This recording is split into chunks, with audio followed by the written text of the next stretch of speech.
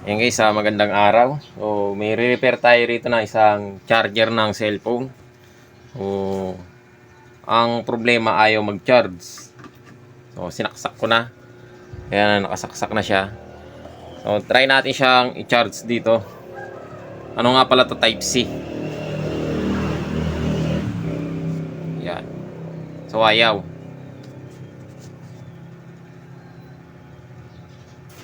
So, hindi siya nagcha-charge. 8%. So, ayun, lowbat na yung cellphone. Ayaw pa rin mag-charge. So, ang problema nito, dahil hindi siya nagcha-charge, pwedeng dito sa may wire. Kasi, pinalitan na siya ng charger na ganito, yung puti. Ito pinaka-charger niya. Ayaw pa din. So, itong wire niya ang may problema. So, ngayon, ang gagawin natin dyan para malaman natin kung saan yung putol, babali-baliin natin. So, dito tayo magsisimula. Babaliin lang natin na gano'n. Tapos, titignan natin itong cellphone kung magcha-charge yan, kung iilaw. So, hanggat ginagalaw-galaw ko yung wire niya, wala. So, ayaw. Dito tayo sa kabila.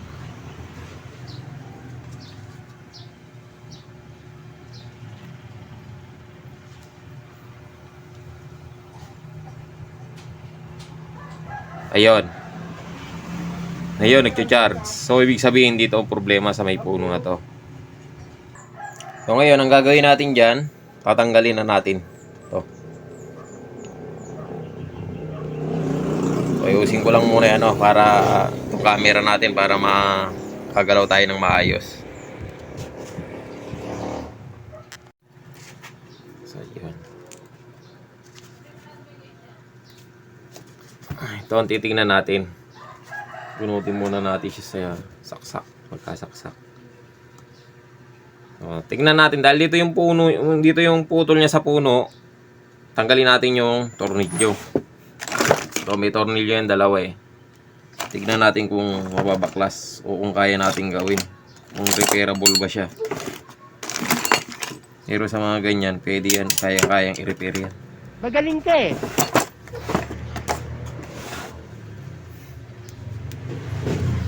Tingnan natin tong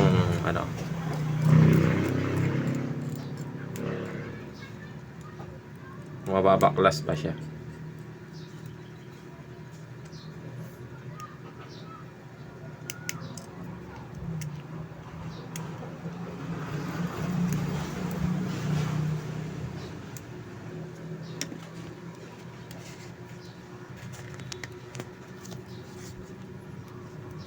Ang tornilyo niya para lang pala dito sa ano to stand. Sabi nung may-ari, stand daw yan. Daw. Hindi natin alam kung totoong stand yan. So ngayon, ito, babaklasin natin to. Tayo ng mga kasing kutsilyo natin, cutter na lang.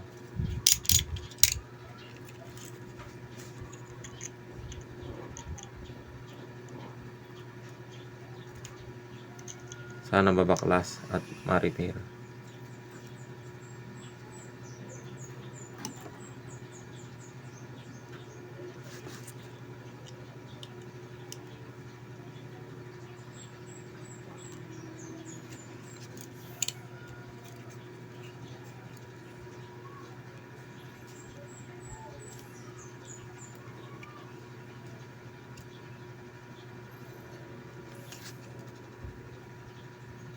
Parang hindi siya babaklas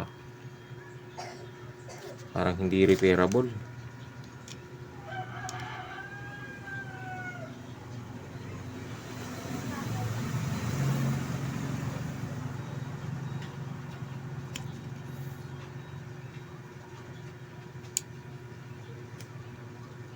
So bakbakin muna, kung muna tayo ng kutsilyo pang baklas dito.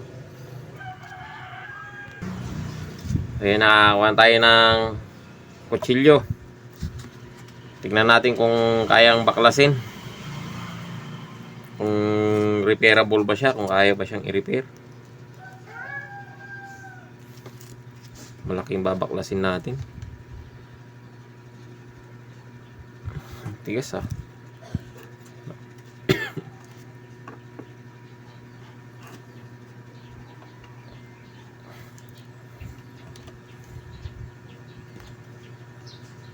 Parang hindi siya kayang ibiyakin.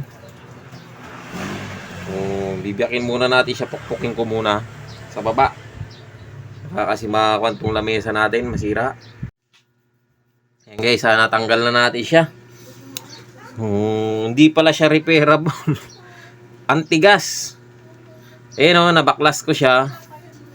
Matigas yung loob. Matigas. Pero napalabas ko yung, kasi silyado talaga siya matigas. Nakasil. Napalabas ko yung wire, saka yung board niya sa loob. Ayun, may board siya sa loob. Yung wire niya.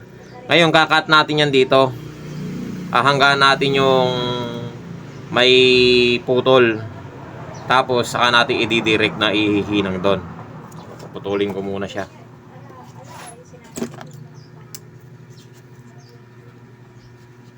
Bago natin siya ihinang, syempre tatandaan natin yung kulay ng wire kung saan siya nakapwesto para hindi siya magbali-baligtad. So, babalatan muna natin ito.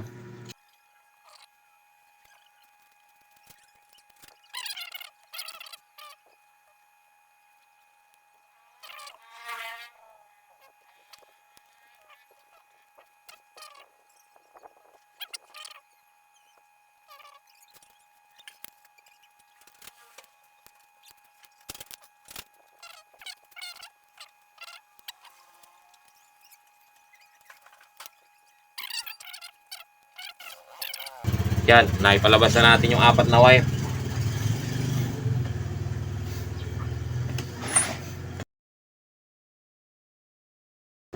Para hindi naghihimod-mud.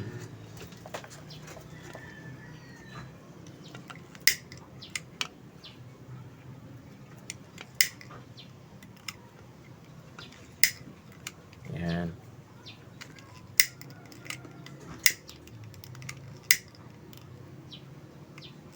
Yun. Ganda nga naman siyang tingnan pag ganyan.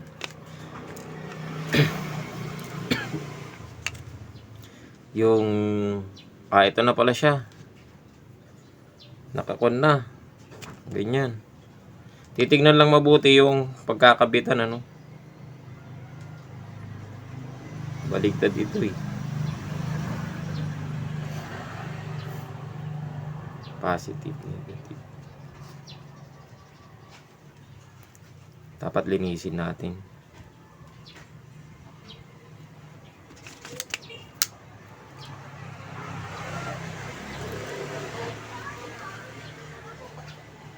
Talagang pakat na pakat siya, oh.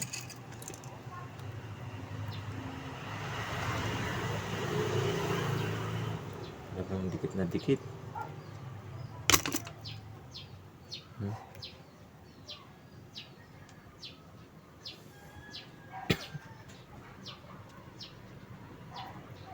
Tapos ito, kukut-kutin natin dahan-dahan.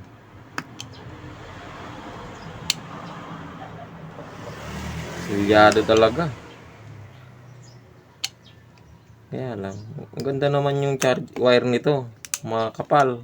Kung ikukumpara sa mga ibang wire ng charger na manipis. Yun lang, talagang bumigay. Bumigay pa rin, kahit matibay na.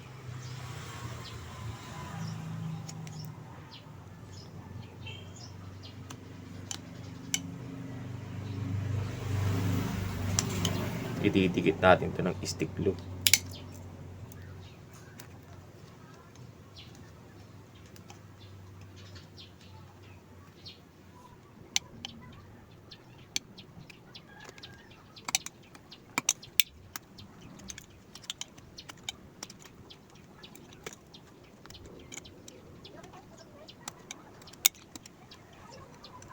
Hindi siya bubukol.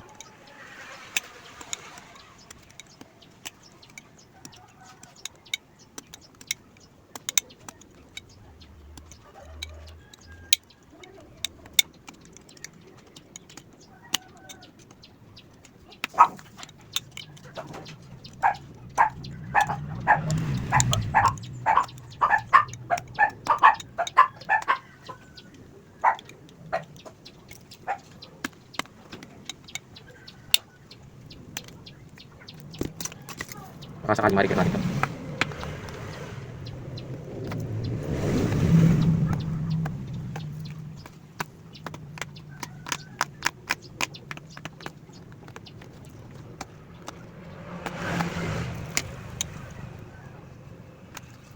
Ikutin ko muna, linisin ko muna lahat. Para mamaya lalapat yung takip. Ditikin natin ang nag-i-stick glue.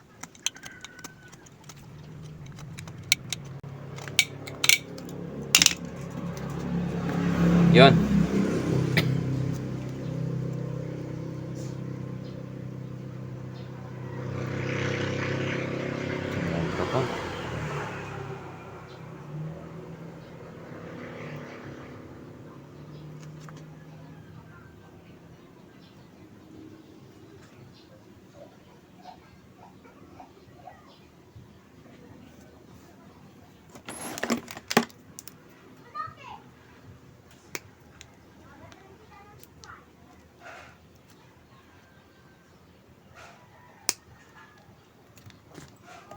Balatan na natin.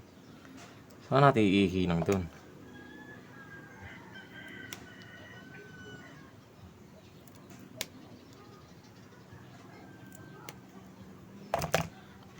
Ayan, pagre-repair ng charger.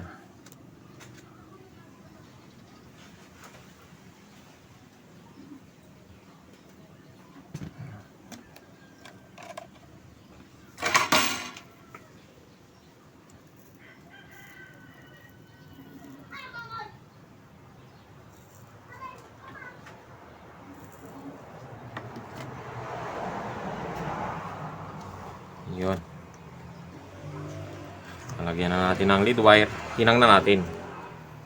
Red, white. Mauuna yung red.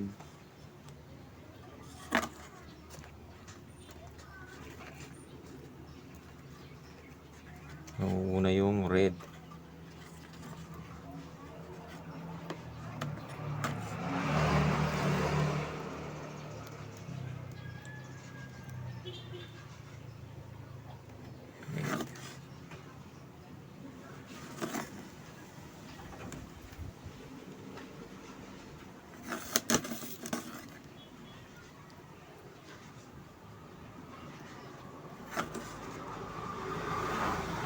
Susunod yung white.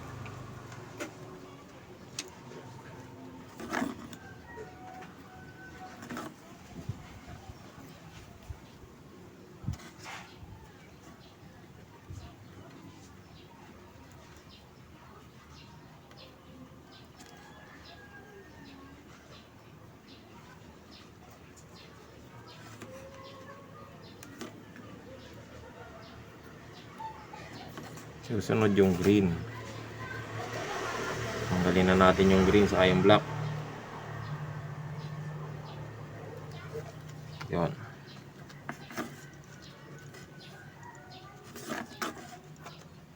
Green.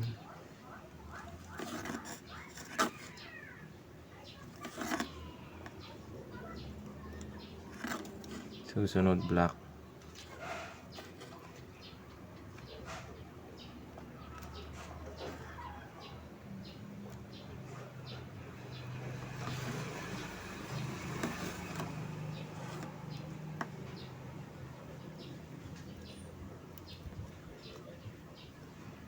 Yun.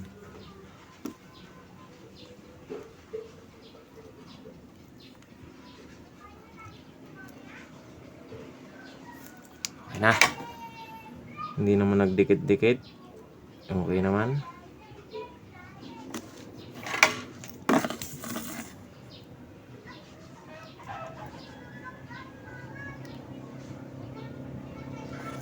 Okay naman. Okay na.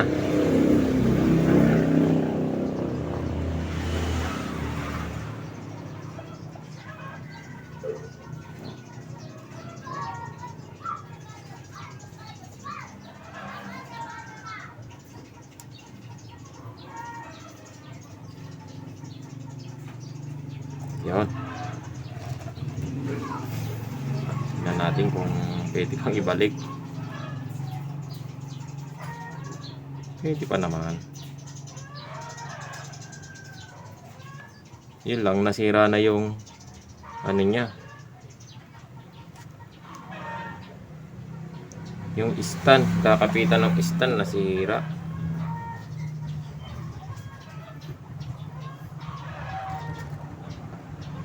Nasira nga.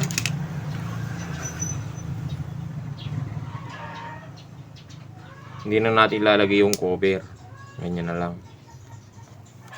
Stick glue, tapos sa yung stand din na natin ilalagay. Importante magcha-charge. So testingin muna pala natin. Ayan, sinaksak ko na yung charger. Yun, mag-charge no, 6%. Bunutin natin ulit. So, baligtarin natin. Tayo muna natin siya mamatay. Ayan. Pag umilaw to, charge na. Ayun, umilaw na, nag-charge na. So okay na. Galing ha? Bunutin natin. At ididikit ko na lang siya ng stick glue.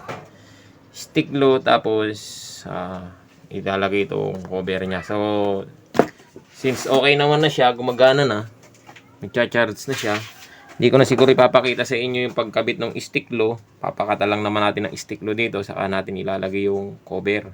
So hanggang dito na lang siguro yung video natin, at medyo mahaba-haba na. Ayun guys, hanggang dito na lang yung video natin, at maraming salamat sa panonood.